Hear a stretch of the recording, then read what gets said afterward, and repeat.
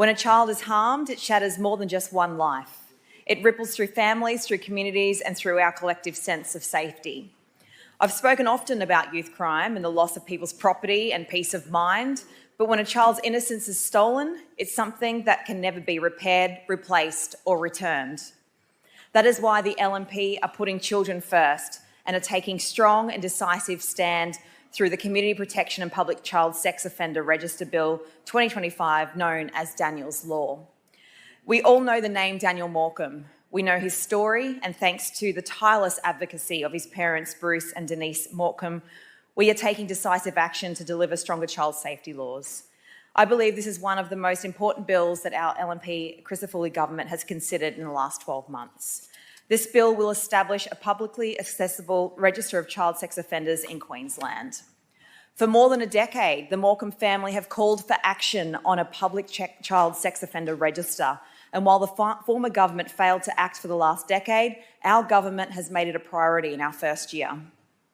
I am so proud that our government is doing this for the Morcombe family and other families impacted by these types of horrendous crimes against our children. This legislation is about transparency, accountability, and above all, protection. It ensures parents and communities have the right to know when those who have committed the most serious crimes against children are living nearby. Daniel's Law is about prevention. It's ensuring that Queensland leads the way in putting the safety of our children before the rights of offenders.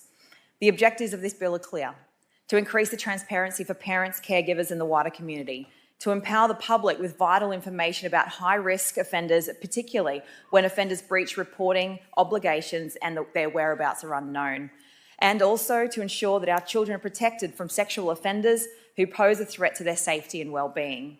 This bill represents a promise to every child in Queensland that their safety is our priority and that every possible measure will be taken to protect them.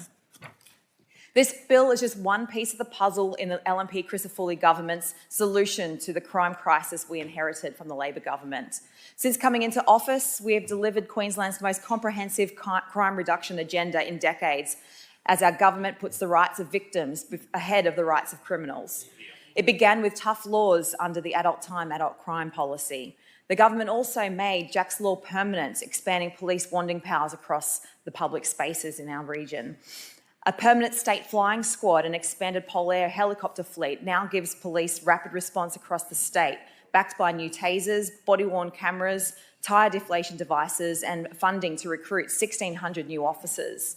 Alongside stronger enforcement, the government has invested heavily in prevention and in rehabilitation. Programs like circuit breaker sentencing and staying on track provide structured rehabilitation for repeat youth offenders, while $50 million has been committed to secure care residential facility for at-risk young people. Monthly victims of crime data is now published to ensure that there is transparency, and a dedicated ministry for victim support has been established to put victims at the centre of the justice system. This is a comprehensive approach, already delivering results, but we will continue to work on this for as long as it takes. But this bill, Daniel's Law, is another step in the right direction.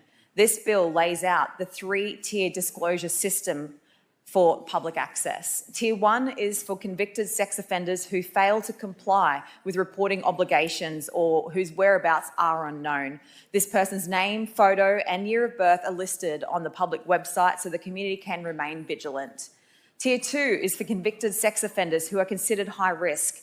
These offenders will have their name, photo, year of birth, current location and offences committed all shared online. Parents in the neighbourhood can be aware of the presence of a convicted sex offender and take extra steps to protect their children. Tier 3 relates to moderate risk offenders, where information published will only be accessible to police, certain government agencies and organisations working with children. This includes their name, photo, year of birth and relevant details to manage the risk. But let me be very clear, every convicted child sex offender will be included in this model. Closer to my region, in 2022, in the investigation into the alleged grooming and exploitation of young people in Cairns, has identified 48 child victims during Operation Uniform Kalahari, and I suspect that the stats are much higher. The trauma that these victims face will live with them forever, and this is something that we cannot change, which breaks my heart. This new public register is the first of its kind in Queensland. 93% of alleged sex offenders are said to be male, and under the current law, members of the community have no access to the information stored on the restricted non-public register. So this means that schools, parents, community members are left completely in the dark about who is living in their neighbourhood, who is working with young people, and whether there are risks that they should be aware of. Under Labor's watch, Queenslanders have witnessed multiple cases where convicted child sex offenders were released back into the community only to reoffend, an appalling failure of protection.